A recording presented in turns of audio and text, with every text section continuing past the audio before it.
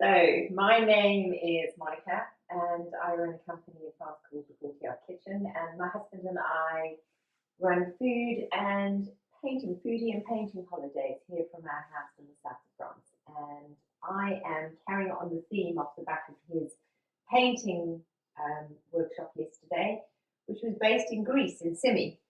So today is the launch of the taverna in Simi, and we are going to be doing souvlaki. We're doing chicken and lamb souvlaki. I'm going to be making a tzatsiki, and I'm going to do some sort of Greek roasted potatoes.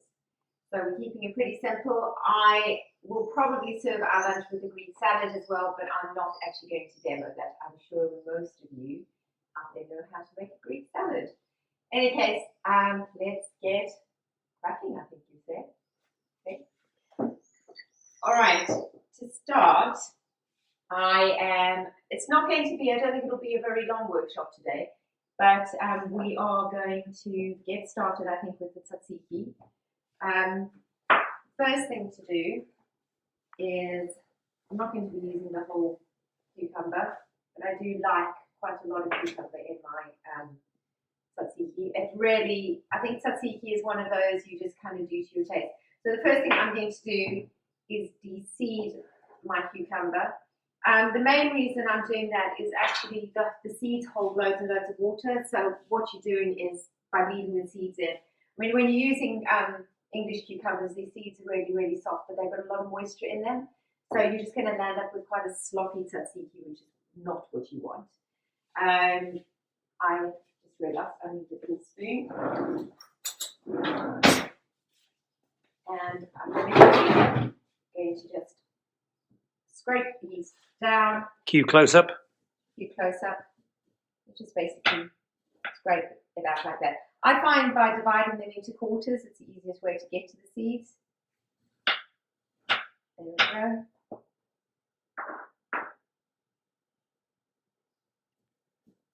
I'm going to have a word with our nephew about putting some music together, darling. What? Some royalty-free Mediterranean cuisine music. So it's going to have to be pretty all round, as it were, because Mediterranean covers a lot of different regions. That's fine. He likes a challenge. Excuse my back to you. And then I am actually just going to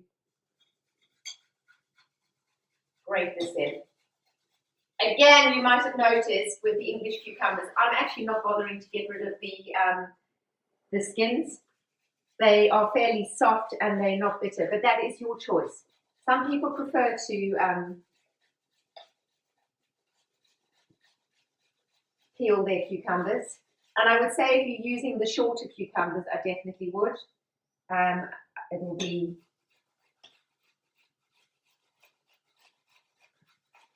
way too bitter, and they tend to be a harder skin. Okay. Now I'm going to grate two, and I'm actually the other two little pieces I'm going to just cut up. So you're kind of avoiding getting the skin in there? No, not particularly. If I'm fine if some of the skin comes in. As I said earlier, the English cucumber skins are fine. But I've got a bit of skin in, so this one I'm just sort of grating around the skin of it. Well, the cooking fans are pouring in, and we've got Vanessa, of course, from Doha, who is poised to make a Greek meal for her family later on this morning. Hi, Maisie. They're a little later than us. They probably... That's nice. Just going to give that a bit of a mix. And then I'm going to cut the rest up, just dice it finely. So,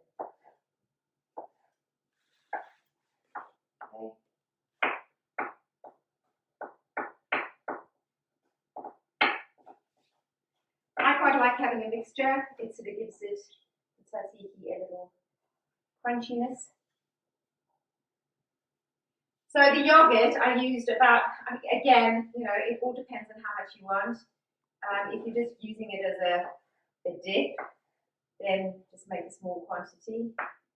Otherwise, I have been known to make about 500 mils, but this is about 250.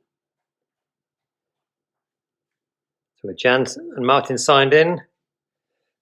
Also Hi, Jan and Martin. painting Greek one day and cooking Greek the next. Well, I hope that you guys have still got gorgeous weather like we have, because we are actually doing part of this live in the kitchen, and then we are moving to some of the people who are watching will be a familiar scene.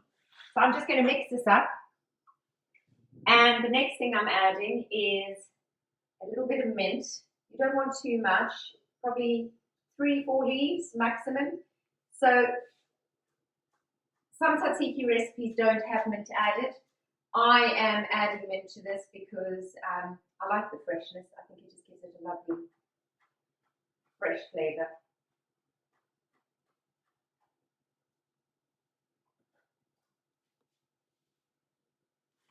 So are you a particular fan of Greek food, darling?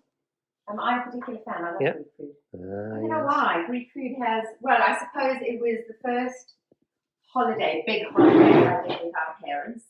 I went to Greece with a then boyfriend, and we travelled around the Greek islands and sort of landed in Athens. Ferry hopped over towards Turkey, hopping from island to island, and then kind of went in at Kushadasi, which is near Ephesus, and made our way up Turkey into Istanbul, and then a 24-hour bus ride from Istanbul to Athens. Oh my God, it was hell. Jeez. It was hell. It's like, you know, there's some memories from one's youth which just become golden. The memory of a very large, fat man sort of Was that your boy? pressed onto my lap for most of the night because he was so heavy that. Was that your boyfriend? That the seat basically was sitting on my lap, and his bald head was nice, sort of resting on my chest. I hope you have. Was not the best memory of the holiday. But more importantly, can you remember the food? You do seem to have a great memory for food. I mean, I mentioned it last week. I mean, for me, I think we were doing it that holiday. We were doing it on such a budget. So the memory of food is largely Greek yogurt and peaches, which was just fantastic. Oh, there's something, talking about Greek yogurt, one thing I wanted to mention about Greek yogurt. So you get Greek style yogurt in a lot of the shops, which here is yogurt à la grecque. Otherwise, you get Greek yogurt, or here it's yogurt grec. And they are different. The one is done in the style, it's just not quite as creamy. So if you can't get real Greek yogurt, which I have managed to get on this occasion, then I tend to add a little bit of creme fraiche to it to add that extra creaminess. So far we've just got a bit of cucumber, a little bit grated, some of it finely chopped, with some mint, and I am now going to add a clove of garlic, which I'm going to, in this particular case, I'm going to press, because what you don't want is a big sort of chunks of raw garlic. You know, I mean, I'm one of these people, I don't believe that there can ever be too much garlic in a dish if you're cooking it. Raw garlic, it can become quite astringent if you have too much in food. So we'll put, and a smallish clove, you don't want it to be too big either, and we're just going to press that through. Now the reason I'm making this first as well is I find that tzatziki is one of these flavors, the flavors in it kind of develop, and then I'm actually going to add, this is what I tend to do as well, I'm going to add a galak of olive oil to this. Got a hi from Val in Australia, who's just tucking into a dinner of bangers and mash. Very English, Val. And also hi from Eric Smith. He's also watching, try and track us down. Hopefully he's got here in the end. Yeah, the yappy one's in front of the camera today. Okay. And I'm going to now transfer that into a slightly prettier bowl.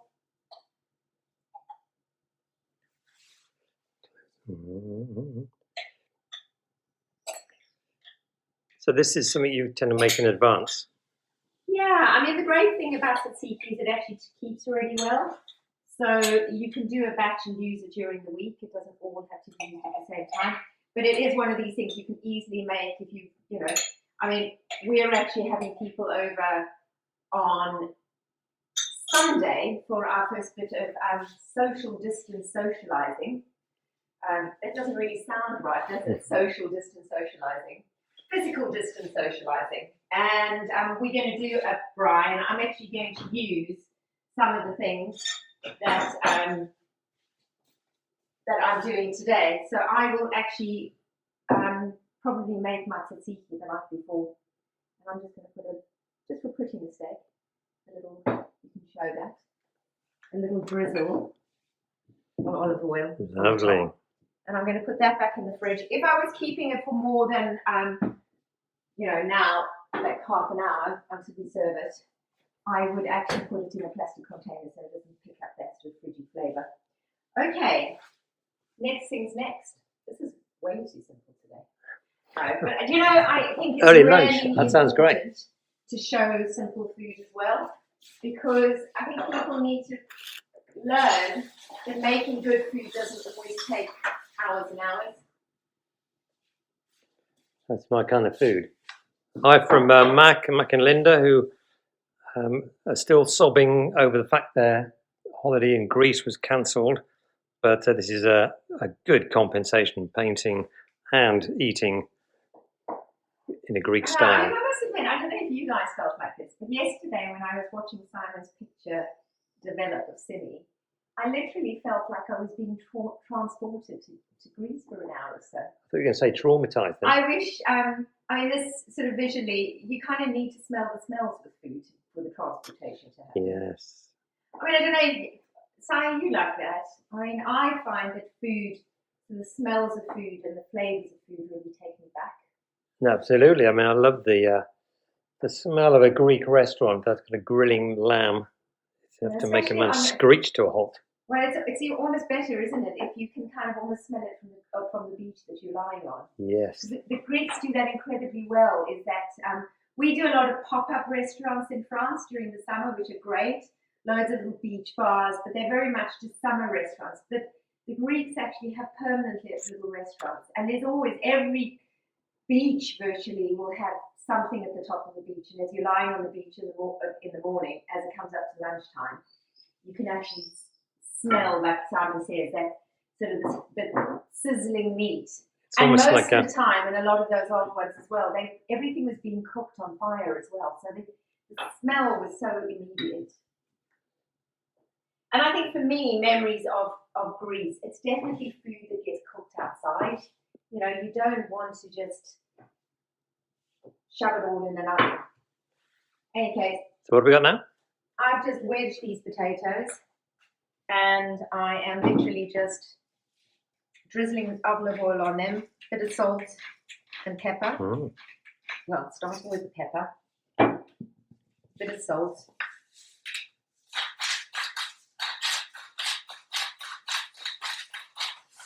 Okay, and a little bit of rosemary. The final touch, of course. Let's see that. From the garden. From the garden, yes. We have a lovely rosemary bush in our garden. Well, it's one of these things that even grows in England, I find. But it's amazing. Again, talking about flavours of the Mediterranean. You realise why these flavours of the Mediterranean exist, because these are literally the herbs that grow. If we walk out into the Garrigue, you find wild rosemary, you find wild thyme, sage. These things grow on our doorstep. But this one grows in my garden. So I'm going to shove this in the oven, and hopefully by the time we are finished grilling our meat, that will be done. I'm just going to cook it on. I'm just going to take a sip of water. It is really warm here today. It's going to be even warmer because the grill has been on. Yeah. And it looks like it's about to explode. Is it okay? It's fine. It'll be fine. Okay. So first things first. I'm disappearing into the fridge. I did this earlier. So instead of making you guys wait, I actually marinated my chicken and my lamb. So for my chicken, I use chicken thighs, which I just deboned and then cut into strips. The reason being is because when I'm grilling these, I really like the flavour of the skin on it as well. I think it adds so much flavour to it. But you can use chicken breast. It's really not a problem at all. So instead of having to debone the chicken thighs, at least you can get hold of deboned chicken thighs. Just go ahead and use chicken breasts. These have been marinated in lemon juice, a bit of olive oil, some garlic, a bit of rosemary, some salt, a little bit of pepper. And I literally, the easiest way when you're making any sort of marinade is just put it in a glass jar and then shake it up. It's the easiest way to get all of the ingredients to mix. Then my lamb, I've actually used a lamb shoulder. But again, you can just buy lamb chops. That's the easiest way of getting. Try and get something a little bit fatter if you can. But if you can't, you can just kind of cut them into smaller strips and then double them up. And I am using skewers from, I'm using proper metal skewers, but you can use, if you haven't got metal skewers, bamboo skewers are fine. But the big thing is, especially, well, even if you're doing them in the oven, you need to soak them for about half an hour to an hour before you actually put the meat onto them. That actually prevents them from just turning into cinder in your oven or on the barbecue. Because otherwise, you'll suddenly find the little pieces of meat dropping down and disappearing. But I make a lot of sort of souvlaki. Now, souvlaki in Greek actually means skewer. In South Africa, we tend to call them sausages, which I think comes from the Indonesian. There's quite an Indonesian influence of food in SA. And kebabs, whatever you want to call them. I like the metal skewers. It means we can use them over and over again. And a tree didn't die for this. I'm just going to quickly wash mine. Now, traditionally, I'll be back. Traditionally, you don't actually put vegetables on Greek souvlaki. But because we're not eating these in pitta with tomato and onion and tzatziki and stuff, I actually quite like adding a few Mediterranean vegetables. And I also think it's great for colour. So I'm literally just going to add some pepper. And I'm going to add some big Sorry, I've just had to... we did import some Greek flies just for the atmosphere. And there was one crawling across the screen and I belted it and wobbled the film. Anyway, carry on. And it's also a good way of getting some vegetables in. So, all of the above.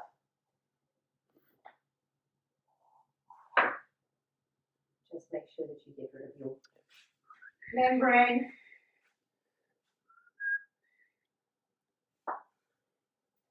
Now, don't worry, I'm not going to have made extra meat because I'm actually going to keep this marinating. So with marinade, you really need to marinate it for a minimum of an hour. But marinade's one of these things, the longer the better. So again, if you want to do your marinade the night before, and then you can just put them onto skewers the next day, or if you want to do it in the morning and you're doing an evening barbecue, right? You can do that. I am actually going to be keeping some of this for my fry on Sunday, and I will actually freeze it. I'm going to put it in the freezer, and I find it really sort of fuses the flavour into the meat.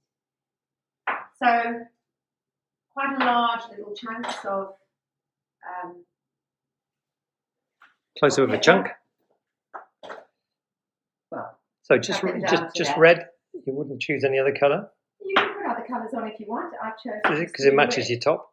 Yeah, I'm all red today. You see, I got a new scarf. I got a new lockdown scarf. Oh, yeah, there we are. I managed to get to the material shop yesterday, and I'm making a dress for a friend of mine. Well, in fact, you met her last week, Isla, who is the winemaker, or her and her husband make wine together. And it's her 40th birthday next weekend.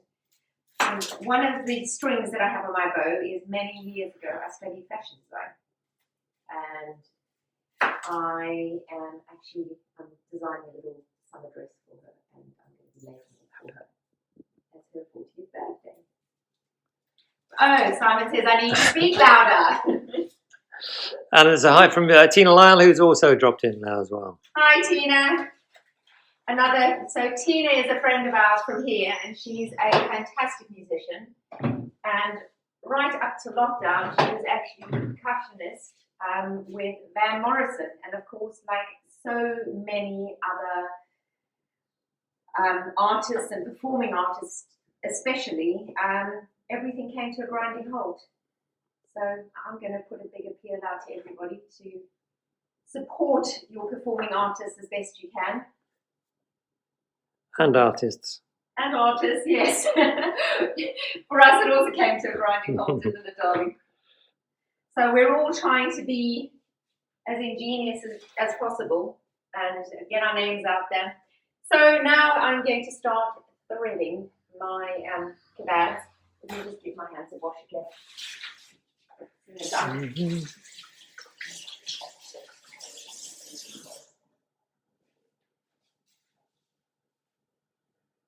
Sorry, complete silence.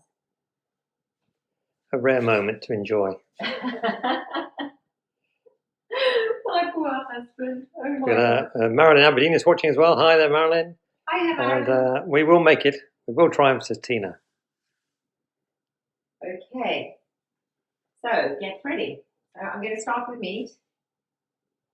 And I'm just going to actually do these like this so that for me the skin side is out so that it crisps up on the barbecue. And then one of them I'm going to add a bit of what's it called? Onion. And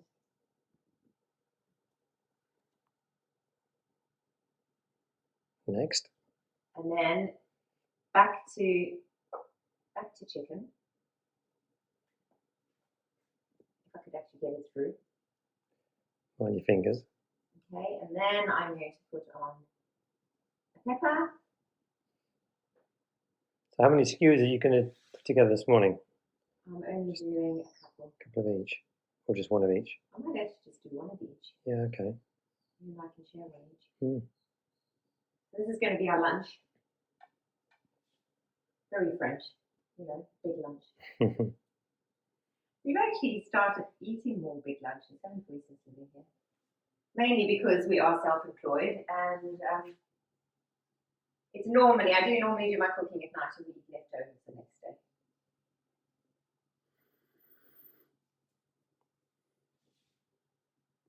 And so you were to chicken. Oh yeah. I was going to say you were thumbing through a certain famous chef's Mediterranean cookbook yesterday and getting very excited. So we got a kind of Mediterranean specialities lined up for the summer. Yeah, I think we were talking about in the painting live yesterday that I think we're going to go to Italy next, and then we will. I love Italian cooking as well. I must admit, it's I think it's weird. It's I think Italian cooking just plays with so many flavors. So just alternate it basically. It's pretty easy. And then we will finish with something red. There we go. Okay, great.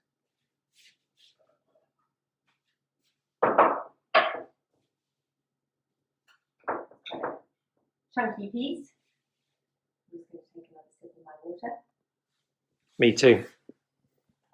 Drift over here. See, if we were doing this all professional, all this sort of stuff would be edited out. But no, we like the full thing here. So the lamb shoulder, the reason I use lamb shoulder is I quite like the meat to have a little bit of fat on it again. Same as, I think it adds flavour. It, again, we're just alternating. We've got the thumbs up from people about going to Italy next. They're already dusting down their phrase books off the bookshelf. We had to go learning Italian. We were thinking of moving to Italy once, weren't we? We were, yeah. It was the original destination. Yeah. And then Simon, I took Simon sort of, I think, no, you've kind of done a lot of Italy, haven't you? But you hankered after the northern Italy because of when you lived in Germany. You used to sort of zip over the border. Or was it Austria that you? No, it's in Germany. I used to live in Munich, and you could Very close to drive Italy. on a miserable May morning over the southern Alps, Bavarian Alps, and drop down to Lake Garda for your lunch by the lake under the palm trees. It was just amazing. But of course, when we went to visit Lake Garda, as part of my promotion, let's live in this area, Monica. Of course, then it was a freezing cold trip, busy traffic from Milan to the lakes, and it generally got the thumbs down, didn't it? I loved it. I mean, we went again in the summer afterwards, didn't we? We met my brother and his family in a unique campsite, which even the luxury version of my brother and sister my brother and sister-in-law had rented a sort of a caravan instead of having, because they were flying over, and cousin Lizzie was unforgettable. Was a unique affair, wasn't it? Mm. But no, I love Lake Garda in the summer, but I think it's always good to visit a place in the winter.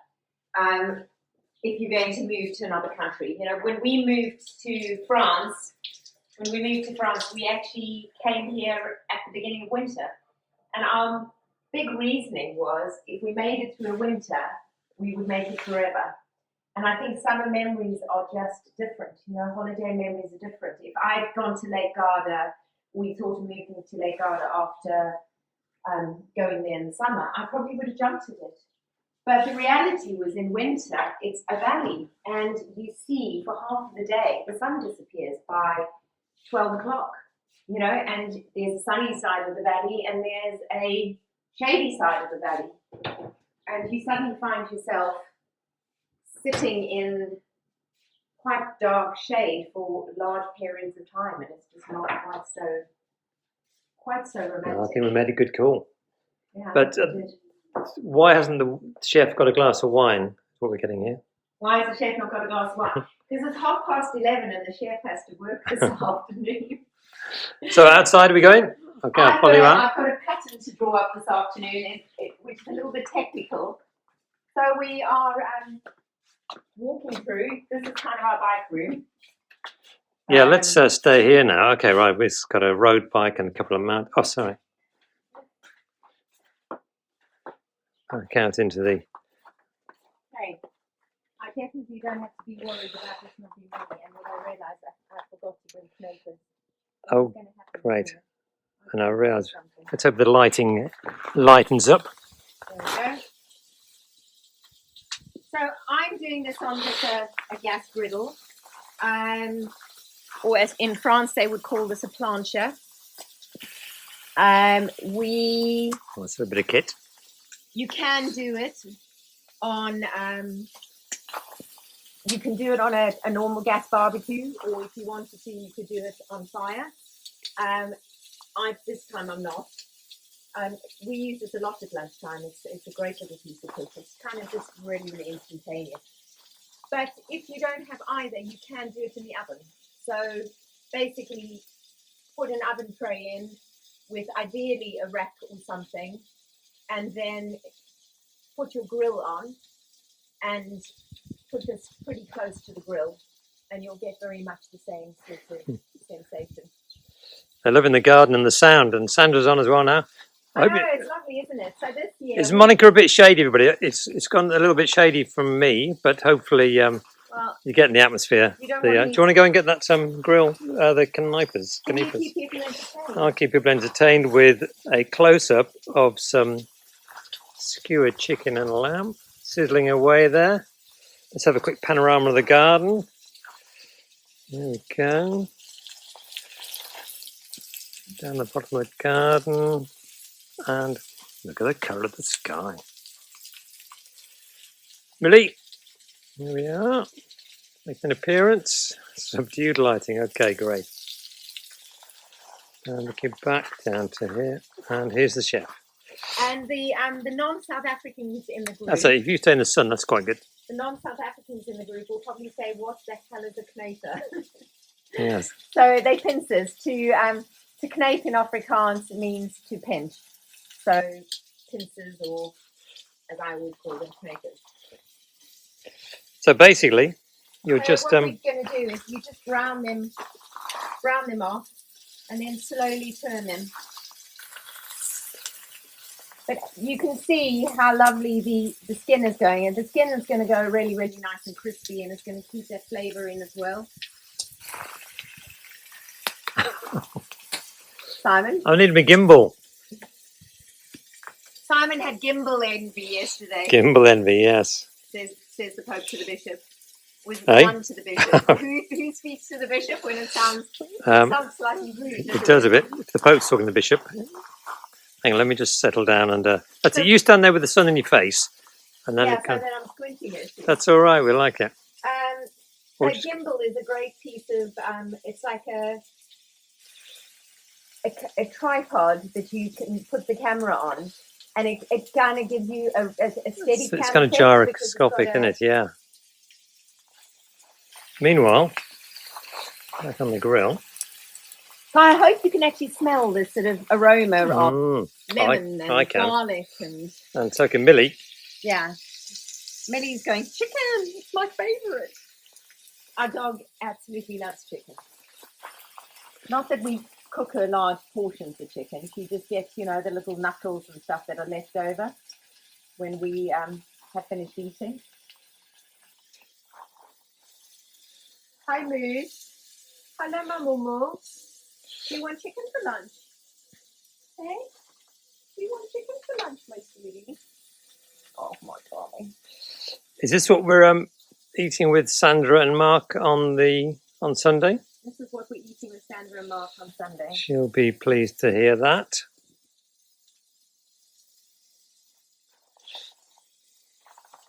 I'm quite happy to just sit and listen to this little. That's right, yeah. Let's just leave it. Let's just put this on the tripod. I'll nod off. Pour some wine. A little bit of silence. It's novel, isn't it? But I mean, you could fill up this grill with quite a lot of skewers, couldn't you? We could have had another 6, another 4. Yeah, 6 altogether, 6 to 8 skewers easily. And so, I mean, this looks pretty easy to make. It is. It's really easy to make. I mean, that's the whole thing. Cooking isn't hard. Good food and tasty food. I mean, that's what's so great about a lot of Greek food. Is it's actually really, really simple. It's to me, I don't know. It is simple's good. I'm just going to swan around. Oh, we've got vines stuck in the camera now. Weird how all of that stuff died after the rain, hey love? Yeah. It's all the little things, not the main branch. It's the little ones that come off. I think it's just got too heavy, and I think they broke off.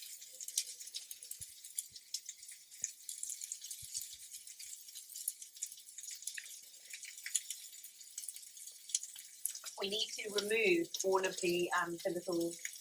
Simon can show you the little buds. What have we got? This is effectively a little pergola we've pergola we've built. It's a pergola, yes.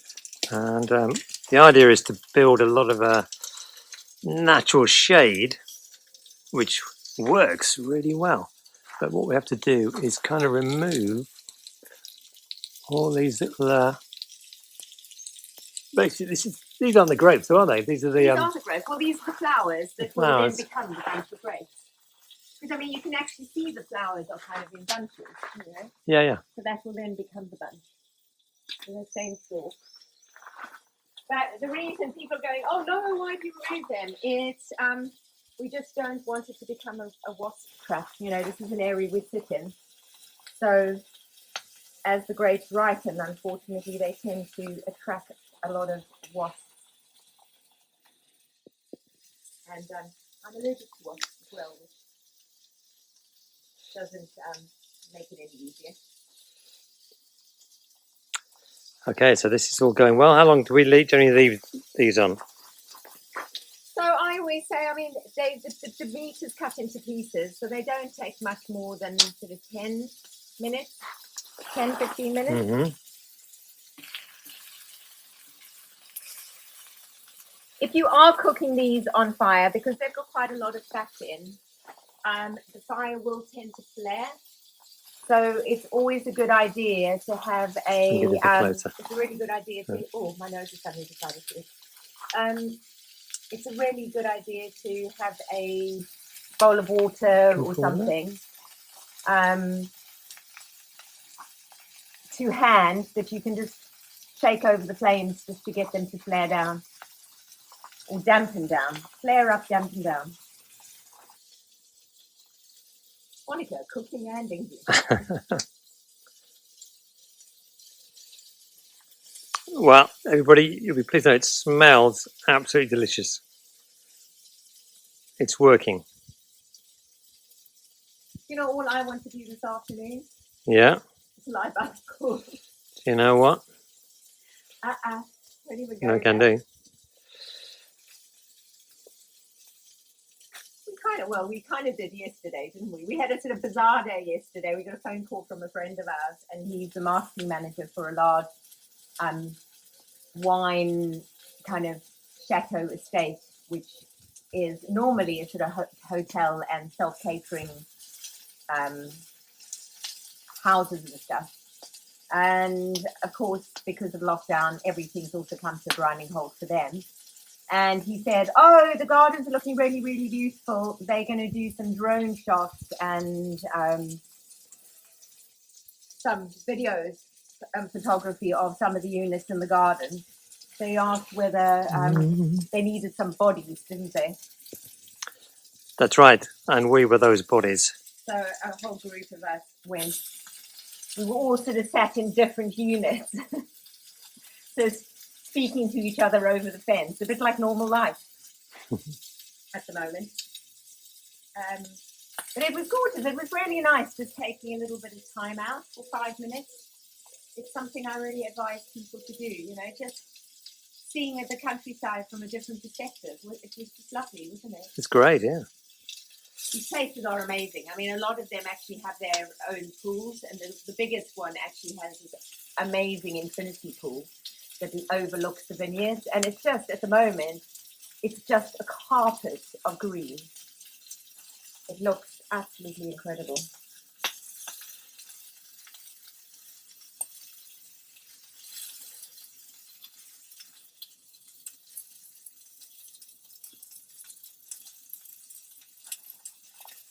Cool. Well, I mean, do you want to call that, is this where he's going to fade out now? Music, credits, and we chuck into lunch?